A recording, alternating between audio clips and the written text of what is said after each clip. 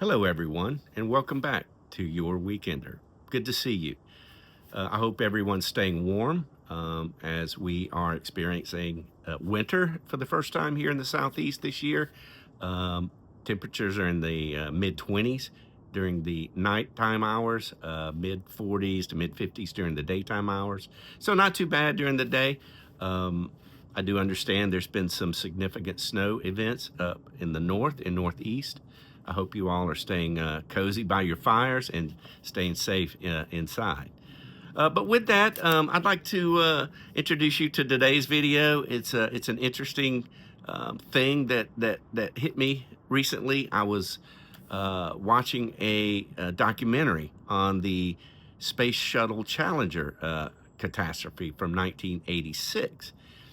And as I was watching that, something caught my eye. But before I go into that, I wanted to talk about my favorite Christmas movie. One of my favorite Christmas movies. It's called A Christmas Story.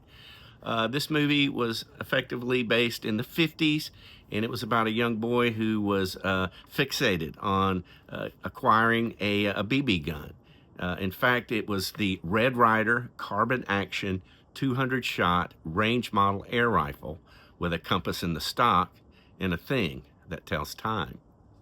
So that was the description of the gun that he wanted, and the gist of the movie was that he felt like that his mother would not allow him to have it, and she said so much in the movie. I won't spoil it for you, but it was the whole movie was based around him trying to convince his mother and others that that he was big enough to have this gun, and he was going to get it one way or the other. So if you've never seen the movie, this is the star of the movie. His real life name is Peter Billingsly. He played Ralphie in A Christmas Story, and he was having several adventures with his friends during the movie. Pretty funny stuff. One more scene.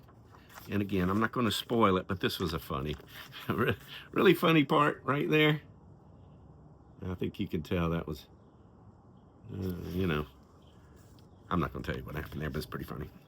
So anyway, back to the Challenger, and how am I going to tie these two things together? Well, in 1986, 3 years after A Christmas Story was released, the Space Shuttle Challenger launched, and within a minute to a minute and a half exploded.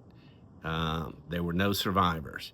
This was a historic mission in that this was the first mission that would carry a civilian aboard, and that civilian was Krista McAuliffe, a teacher from New Hampshire.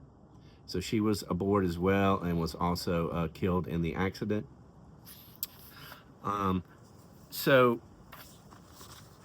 just a visual on what happened that day. Yeah, it was a really eventful and terrible day for the United States, the world, for that matter, and the families and friends of those lost. But as I was watching the documentary that I mentioned earlier on this Challenger event, there were times in the documentary where they were panning the crowd, and at one point it went across the screen, and I thought I recognized a face, in so much that I stopped the video, backed it up, played it again, and sure enough, I thought I saw Ralphie, Peter Billingsly, in the crowd. So with that, I began doing a little bit of internet research, and sure enough, Peter Billingsly was at the launch of the Space Shuttle Challenger in 1986. And he was there because at the time, he was the national spokesperson for young astronauts. That was a program backed by the president that was meant to encourage, inspire kids between the ages of 6 to 16 to perhaps consider a career in space or astronaut type work or that type of thing. So that's why he was there. And So the day after the disaster, Peter Billingsley was invited on the Today Show, and he gave an interview to the Today Show, and that was Jane Pauley who was doing the interview.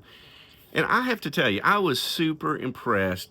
Of course, this interview was 30 years or more ago, but just listening to the composure and the answers that he gave to the questions, he's a really impressive guy. You know, well, he was probably 12, 13 years old, maybe a little less than that during that time.